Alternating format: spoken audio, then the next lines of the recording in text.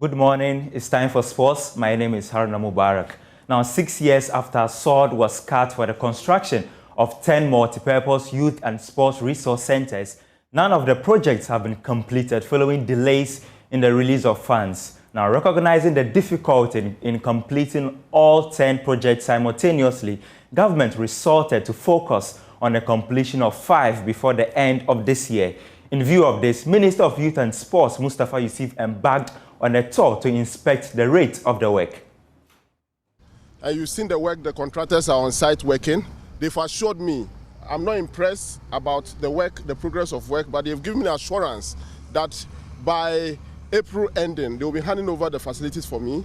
There is no any certificate outstanding per our site meeting. So they've given me a strong assurance that they are going to work to ensure that the place is handed over for use in April.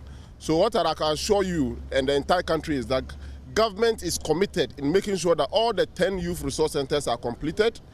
6 of them, second phase is ongoing. The next 4, the rest of the 4, second phase will start soonest, and we'll make sure that they are all completed. I also mentioned the huge investment that His Excellency Nana Addo Dankwa Akufo-Addo has put in provision of sports infrastructure in this country.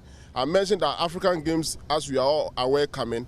Government have invested on about $200 million US in making sure that we get facilities ready for the African Games. So if you go to Legon now, the Legon Sports Stadium is taking shape. There is a huge warm-up track also being built. The rugby field, the Rugby Federation is going to get an international standard rugby field in Ghana, where after the games, beyond the games, we can host any rugby international competition in Ghana. If you go to Baltimore, the road access to the motorway is being done to the facility side, Baltimore side, where we are going to have an aquatic center, 10-lane competition pool, international standard or FINA standard or aquatic standard, where we are going to have a warm-up pool, 8-lane. We have a multi-purpose hall for indoor games, basketball, boxing, judo, badminton. Aside that, we are also going to have a tennis court, 5 of them, one of them covered spectator stand with 10-seater with VVIP sitting. This is unprecedented for any international tennis competition that can be hosted, can be hosted in Ghana. Aside that, we are going to have a temporary dome. The temporary dome is also going to have indoor games as well. Then we have administration block where officers who will be manning the facilities will be. Aside that, there will also be a football field and a track over there at Baltimore. So government is investing hugely. Then I mention again that aside this huge investment, we are also our existing infrastructure. Accra Sports Stadium, we are renovating, we have done rehabilitation. We have also done renovation in Kumasi Sports Stadium, the Baba Yara Sports Stadium. We have done so in Cape Coast. We have also gone to, currently as we speak, the contractor is on site in Secondary Takrade, working to ensure that we put it in shape. Then even before His Excellency Nana Addo Dankwa Akufo-Addo assumed office as a president, we had only 2 AstroTurf in Ghana.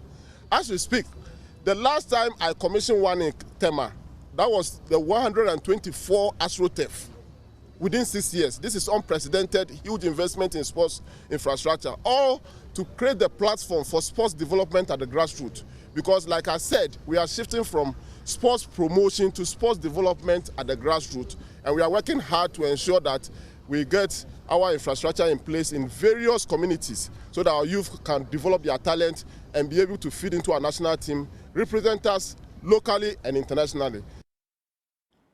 Now, former Ghana international Lai Kingston has entreated Ghana coach Chris Hughton to maintain at least 70% of the squad at the 2022 World Cup in Qatar. The Black Stars exited the group stages of the global tournament, having picked up just a win in 3 matches. Now, Hughton, the man who has been tasked to right the wrongs in subsequent tournaments, has the chance to select players for the upcoming 2023 Africa Cup of Nations in March.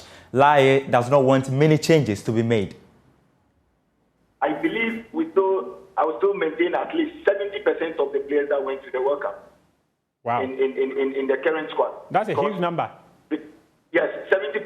The reason why I said that, if you look at the squad that we took to the World Cup, they are not bad at all. You know, they are not bad at all. You know, because if you try to come in and then change totally everybody on the ground, I don't think you have a solid team. You go in, when you're building a team, you go in with the players that are there already, and then try to bring in the quality ones that will come, and then the regular players in the team competition. That's how you build a team. And then there is something called transition. You need to have a slow transition to build a team as well. So if you move, let's say 70% out and leave 30%, which means you are now coming to build the foundation from the scratch. And it will take longer. But if you maintain the same players, let's say the key players that you, the coach, coming in coach, you've seen the players and you know that, okay, that can help me achieve what I want. You maintain them and then try to bring in new ones that can strengthen the team. So if I'm in Chris Hughton's situation, that's exactly what I'm going to do. Let's talk about the Ghana Premier League, because Accra Lions and BBN Gold Stars played out a thrilling 2-2 draw at the Accra Sports Stadium to round off the first half of the campaign. Here is Noah Mate. Odai. Apil, lovely skill to go past Isa Ibrahim. Here comes Apil down the left. He whips in across. Abednego Tete's header. And it's the first goal for BBN Gold Stars. Abednego Tete puts Gold Stars in the lead. But that cross from Apil was spectacular.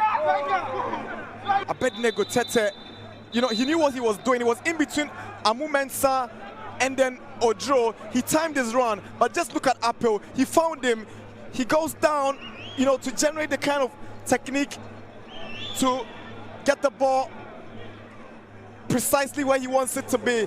He had to really improvise and knock that one in for the opening goal. Here is Jima. Upon, he's looking for Bassett. Here comes Bassett. Can he put one? And that's the equalizer. Accra Lions are back in it. Abbas Samari. Oh, what a celebration from Samari. He brings Accra Lions back in business. It's 1-1 at the Accra Sports Stadium. I told you about the introduction of Bassett and Opon adding more energy in the attack of Accra Lions. The composure from Bassett was good to locate Samari. He was at the right place at the right time. Odai was trying to track him down. He couldn't, but Bassett does well to find Samari, and that's the equalizer for Accra Lions. Accra Lions won. Gold Stars won. Here is Opon. Now Bassett is a good touch. Is it a penalty? The flag has gone up. And it's a penalty. A penalty. So that's the ball from Opon to pick out Bassett. Bassett sees Isa Ibrahim approaching, and the tackle from Odai just brings him down. Gold Stars will appeal, but the referee and his assistant will have the decision to take. Abbas Samari up against Ni Amon Kalala. Referee whistles, Samari steps forward, and Samari scores. Accra Lions in the lead. Kamara, Abednego Tete. Kamara goes down. It's a penalty for Gold Stars. The foul was outside the box. That's the header from Abednego. So Jemfi goes. The tackle was outside, but he fell in the box. So that's Jimen's tackle. An opportunity for him to score twice like Samari has done. Can he make it 2-2? Referee whistles. Abednego steps forward, and Abednego scores his 2-2. Let's talk about the Champions League now, because the competition returns tonight with some interesting fixtures. I think you would see it on your screens at the moment. Yeah, it's AC Milan who are coming up against Spurs. Paris Saint-Germain, they host Bayern Munich. That will be some tasty encounter. And then tomorrow on Wednesday, Borussia Dortmund will play Chelsea, and Club Brugge entertain Benfica.